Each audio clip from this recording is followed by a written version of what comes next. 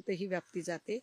अनेक लोकांचा पैसा ब्लॅकचा व्हाईट करण्याच्यासाठीचे सुद्धा याच्यातले धागेदोरे बाहेर निघू शकतात आणि ते निघायला हवेत. काल मी काही फोटोज जे दाखवले त्याच्यामध्ये मी MIDC मधले काही फोटो दाखवले, जे MIDCs मध्ये चाकणकर दिसत आहेत. हे फार विशेष आहे की प्रत्येक फ्रेममध्ये चाकणकर आहेत. गोडसेंची फ्रेम असेल तरी चाकणकर, केसरकरांची फ्रेम असेल तरी चाकणकर. काल दीपक आबा साळुंके आपले सांगोल्यावाले, त्यांचा फोटो बाहेर आला, त्यातही चाकणकर आहेत.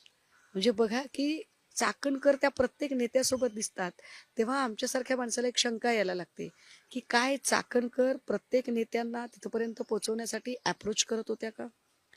चाकणकर एका मीडिएटरच्या भूमिकेमध्ये होत्या का? म्हणून चाकणकरांची चौकशी होणं अपेक्षित आहे. दुसरं असं की MIDCचा जो संबंध आहे तो उदय सामंतांशी येतो. मग तिकडे केसरकर काय करत होते? बरं, ते MIDCचं नुसतं गेस्ट हाऊस आहे असं नाही. MIDCचा अख्खा स्टाफ त्यांच्या सोबत आहे. त्या स्टाफ सोबत ते काय करतायत प्रश्न आहे.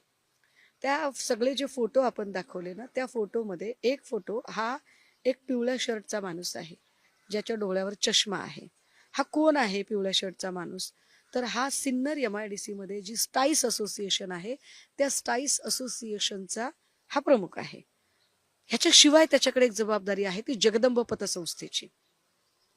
स्थानिककडून माहिती घेतली असता स्थानिकचे लोक असं सांगतात की ही जी जगदंब पतसंस्था जी होती, या पतसंस्थेमध्ये खराचे पैसे ब्लॅकचे व्हाईट केले जात होते. तर त्याची चौकशी झाली पाहिजे. यांचे जे फायनान्शियल रिलेशन आहे त्याची चौकशी झाली पाहिजे. जो भांडे नावाचा अधिकारी आहे, ज्याला पुन्हा त्याच्या डिपार्टमेंटला पाठवलं गेले, पुन्हा त्याच्या डिपार्टमेंटला पाठवण्यापेक्षा खरं तर त्याची डिसमिस ऑर्डर निघाली पाहिजे आणि त्याच्या संपत्तीचे स्रोत तपासले गेले पाहिजेत. कारण त्याची पत्नी आणि खरातांची